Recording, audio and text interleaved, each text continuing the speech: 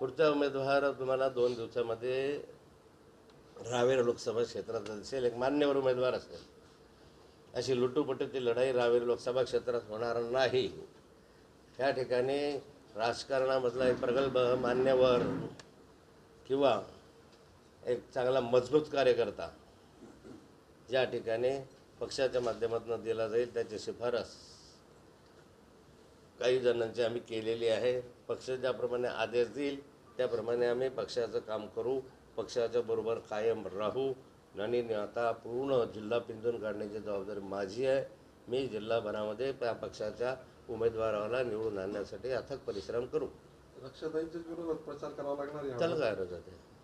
सुनेत्रा पवार आणि अजित पवार करतात आहे ना, सुप्रिया तुळे आणि सुनेत्रा पवार करतायत ना. म्हणून असं म्हणून गेलं तर काय बिघडत आहे? अनेक उदाहरणं आहे. आमच्या